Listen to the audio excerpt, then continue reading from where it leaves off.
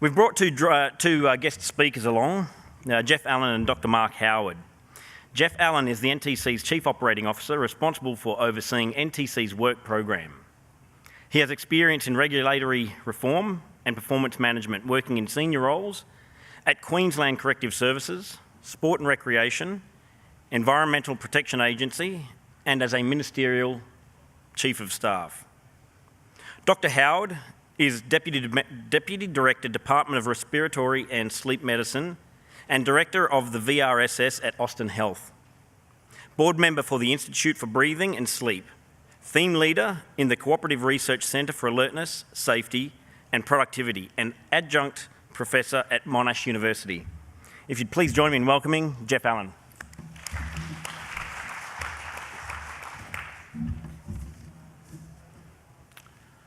Thank you very much, Chris, and thank you, ATA members, for the opportunity to talk today.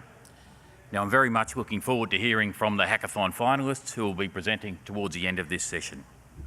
But my main role today is to talk about the research that the Cooperative Research Centre, the Alertness CRC as we call it, and Mark Howard are doing. And that research is important because it may well lead to improved transport laws or laws in relation to driving and fatigue. So I'll talk about what led up to that reform, research, the need for it, and importantly, how people here and drivers who work for operators here and drivers who are in the audience can get involved. So yesterday, in the Chair's opening address, Geoff Crouch talked about the formation of the ATA, how after a tragic bus and truck crash in Grafton in 1989, members of the industry wanted to get together to do something to improve road safety. Very much industry-led reforms, but governments were also aware of what was occurring and wanted to do something about fatigue-related crashes and road safety in general. And the same things that led to the formation of the ATA also led to the formation of the National Road Transport Commission, which was the predecessor of the NTC. So very much we are two organisations of the same generation, cast from the same DNA, maybe doing different roles, but certainly having road safety and improving road safety as core to what we do. And one of the things that the NRTC did right from the beginning is work on developing nationally consistent laws around safety, but balancing those with the need for productivity and regulatory efficiency. And one of the things that the NRTC started on was a national driving hours regulation. Now, this is basically the genesis of the laws we have today in relation to fatigue. Very much based on the old-fashioned system of recorded hours in a work diary. And you have to understand that for centuries, writing things down was a good way of storing data, and handing it across was a good way of transmitting that data. But in 25 years, things change. But despite the work of the NTC, or the NRTC as it was, and the ATA, there still continued to be fatigue-related crashes and other crashes in the heavy vehicle industry. And as a result, the federal government, very much led by the Minister at the time, John Anderson, initiated a parliamentary inquiry. Started in 1999, but finished in the year 2000 to look at fatigue in the entire transport sector. So rail, maritime, aviation, but with a very, very strong focus on road transport reform. And for those people who have read the report, Beyond the Midnight Oil, you can see from that that there are a variety of different views expressed in that, different opinions, different levels of evidence. But there were more than 100 submissions, 112 in fact, from ministers around the country, from police agencies, from sleep experts, industry groups and other bodies, including the ATA. Everyone wanted to improve safety, but there was little agreement on the things to do.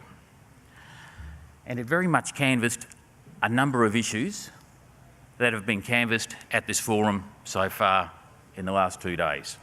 So it talked about chain of responsibility, for example. It talked about improving the nationally consistent laws. And it did have a crack at the regulation that the NRTC developed, realising that it could soon be overtaken by technology and electronic work diaries, but also for the fact that written work diaries could be fudged and it didn't allow flexibility in work hours and rest hours. And importantly, flexibility was what was needed for the industry. So the NRTC wasn't exempt from that criticism in that report. Now, so I canvassed a number of things that we've heard in the last few days. So one was circadian rhythms and the value of sleep at different times of the day. And if people recall Lindley Miner's talk from yesterday, he spoke about that. He spoke about how it's very difficult for him to sleep or to get appropriate rest when his break occurs in the middle of the day.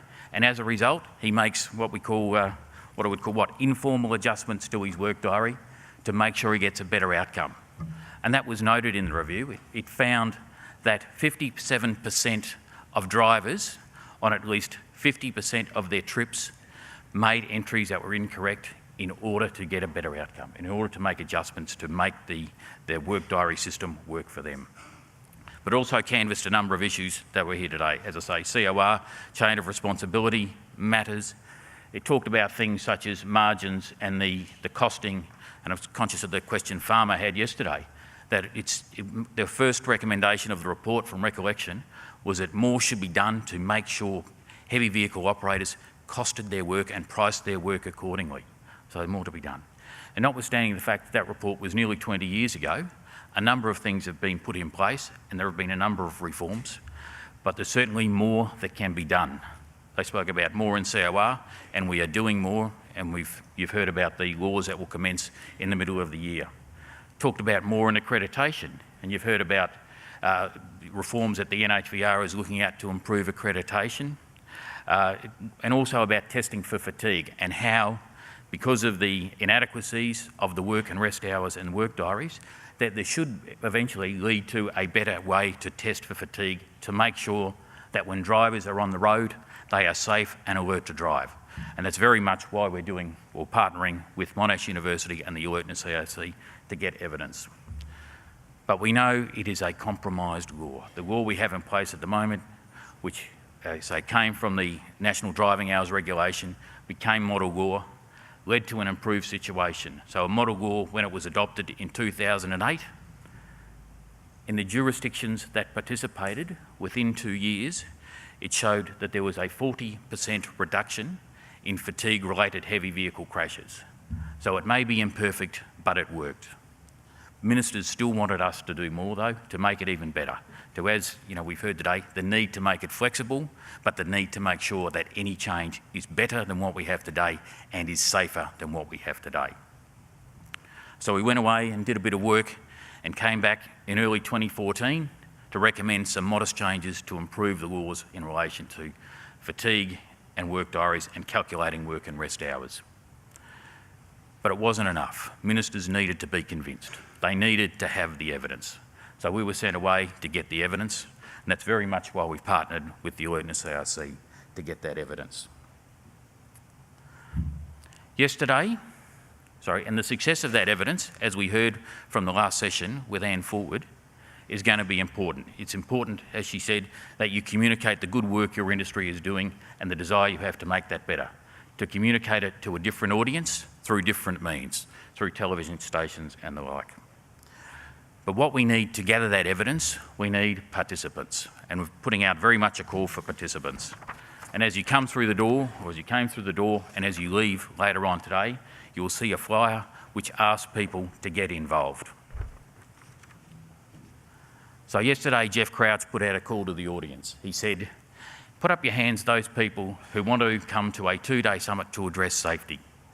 And given the nature of the industry and the people involved, 2/3, 3/4 of the audience put their hands up. Well, to make this research a success, to get laws that will actually lead to a change and improved situation, to make them flexible, to make them more fit for purpose, to get better outcomes, we need people to participate in the research, and Mark will talk about that later on. And if you miss it, I would ask you to go and pick up a flyer at the door. But we also need people, not just to sell the message within their group, but to sell the message broadly. And I'm conscious of the question that Nolene asked Anne at the end about how we can get our message across. We are very much looking for people to do those live crosses, to do morning TV, to get involved and say, tell Australia what a good job you're doing and the research you're doing, and why it's important that other people and other drivers get involved. So with that, ladies and gentlemen, I'll hand over to Mark Howard to talk about the detail of the research and exactly what we're doing. Thank you very much.